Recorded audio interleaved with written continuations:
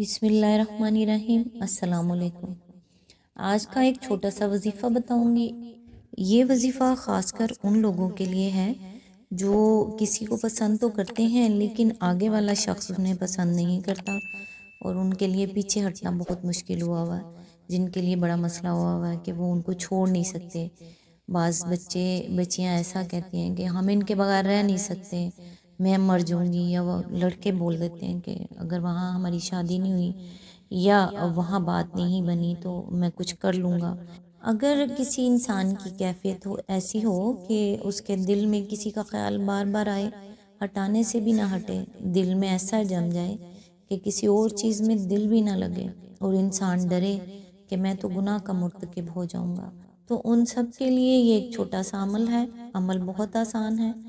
ہر دن میں 100 مرتبہ یہ پڑھیے: لا مرغوبی الا اللہ، لا مطلوبی الا اللہ، لا محبوبی الا اللہ، لا الہ الا اللہ۔ اگر 100 مرتبہ روزانہ اس کی تسبیح پڑھ لی جائے تو انشاءاللہ وہ اس عمل کے صدقے گناہ کبیرہ سے بچ جائیں گے، اور اللہ تعالیٰ اس عمل کے صدقے ایمان اور اعمال کی حفاظت بھی فرمائے، آمین۔ آج انشاءاللہ سورہ یوسف کی آیت نمبر 24 سے سٹارٹ کریں گے۔ اعوذ باللہ من الشیطان الرجیم، بسم اللہ الرحمن الرحیم۔ وہ اس کی طرف بڑھی اور یوسف بھی اس کی طرف بڑھتا اگر اپنے رب کی برہان نہ دیکھ لیتا۔ ایسا ہوا تاکہ ہم اس سے بدی اور بے حیائی کو دور کر دیں، در حقیقت وہ ہمارے چنے ہوئے بندوں میں سے تھا۔ اس کی تفسیر ہے، برہان کے معنی ہے دلیل اور حجت کے۔ رب کی برہان سے مراد خدا کی سجھائی ہوئی دلیل ہے، جس کی بنا پر حضرت یوسف علیہ السلام کے ضمیر نے ان کے نفس کو اس بات کا قائل کیا کہ اس عورت کی دعوت عیش قبول کرنا تجھے زیبا نہیں ہے۔ اور وہ دلیل تھی کیا؟ اسے پچھلے فقرے میں بیان کیا جا چکا ہے، یعنی یہ کہ میرے رب نے تو مجھے یہ منزلت بخشی اور میں ایسا برا کام کروں، ایسے ظالموں کو کبھی فلاح نصیب نہیں ہوا کرتی۔ یہ وہ برہان حق تھی جس نے سیدنا یوسف علیہ السلام کو اس نوخیز جوانی کے عالم میں ایسے نازک موقع پر معصیت سے باز رکھا۔ پھر یہ جو فرمایا کہ یوسف علیہ السلام بھی اس کی طرف بڑھتا اگر اپنے رب کی برہان نہ دیکھ لیتا، تو اس سے عصمت انبیاء کی حقیقت پر بھی پوری روشنی پڑ جاتی ہے۔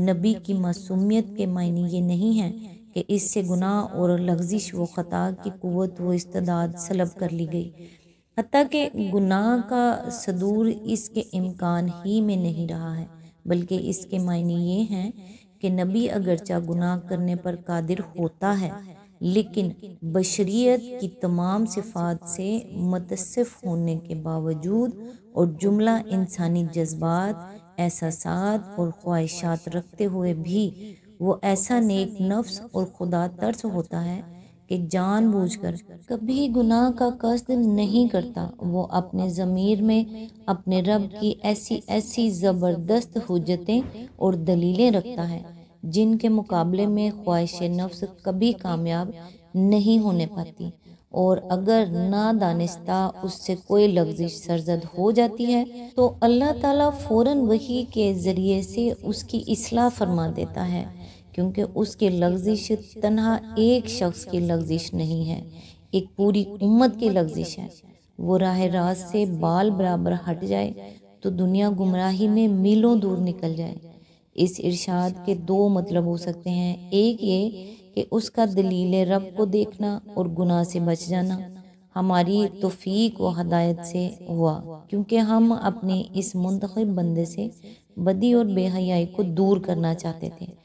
دوسرا مطلب یہ بھی لیا جا سکتا ہے، اور یہ زیادہ گہرا مطلب ہے، کہ یوسف علیہ السلام کو یہ معاملہ جو پیش آیا تو یہ بھی دراصل ان کی تربیت کے سلسلے میں ایک ضروری مرحلہ تھا۔ ان کو بدی اور بے حیائی سے پاک کرنے اور ان کی طہارت نفس کو درجہ کمال پر پہنچانے کے لیے مصلحت الہی میں یہ ناگزیر تھا کہ ان کے سامنے معصیت کا ایک ایسا نازک موقع پیش آئے اور اس آزمائش کے وقت وہ اپنے ارادے کی پوری طاقت پرہیزگاری اور تقوی کے پلڑے میں ڈال کر اپنے نفس کے برے میلانات کو ہمیشہ کے لیے قطعی طور پر شکست دے دیں۔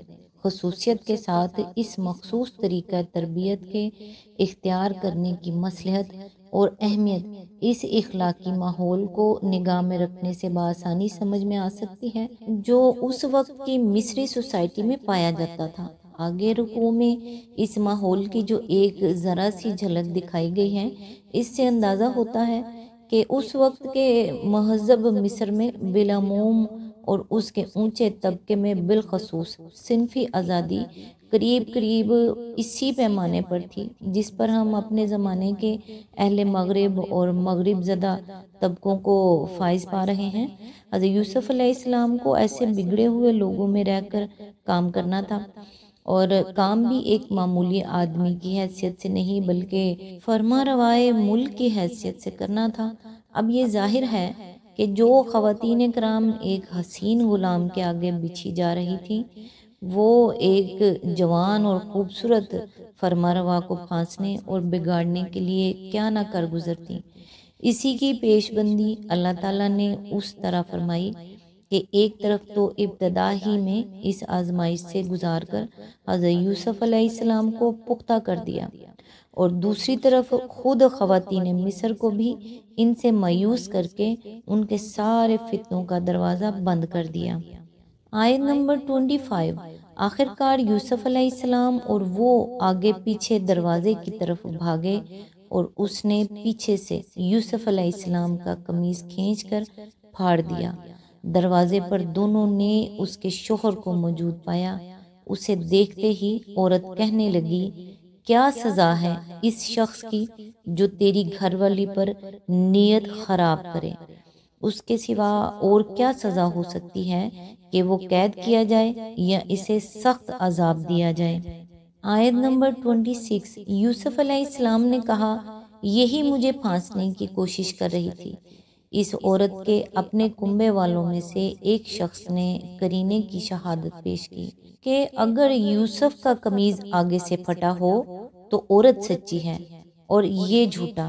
اس کی تفسیر ہے، اس معاملے کی نوعیت یہ سمجھ میں آتی ہے کہ صاحب خانہ کے ساتھ خود اس عورت کے بھائی بندوؤں میں سے بھی کوئی شخص آ رہا ہوگا، اور اس نے یہ قضیہ سن کر کہا ہوگا کہ جب یہ دونوں ایک دوسرے پر الزام لگاتے ہیں اور موقع کا گواہ کوئی نہیں ہے تو قرینے کی شہادت سے اس معاملے کی یوں تحقیق کی جا سکتی ہے۔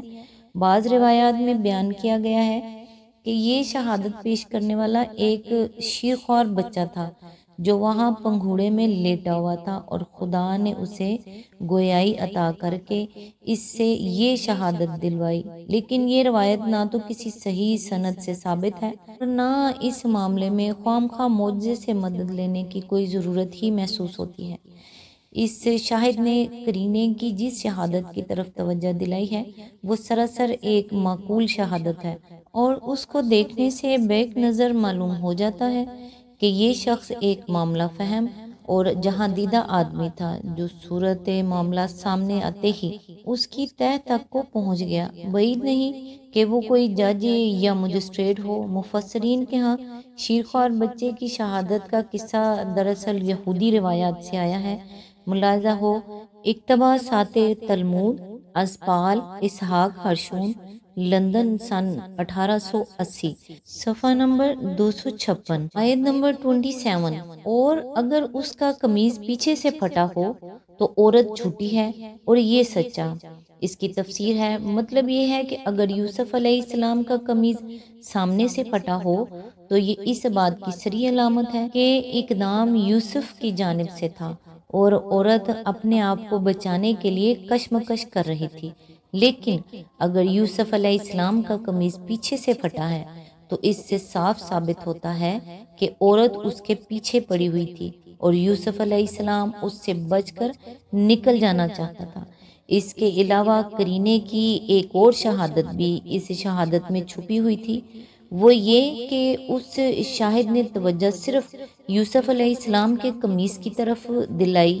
اس سے صاف ظاہر ہو گیا کہ عورت کے جسم یا اس کے لباس پر تشدد کی کوئی علامت سرے سے پائی ہی نہ جاتی تھی۔ حالانکہ اگر یہ مقدمہ اقدام زنا بالجبر کا ہوتا تو عورت پر اس کے کھلے آثار پائے جاتے۔ آج تک کے لیے اتنا ہی، نیکسٹ انشاءاللہ آیت نمبر 28 سے سٹارٹ کریں گے۔ تب تک کے لیے دعاؤں میں یاد رکھیے گا۔ اللہ حافظ۔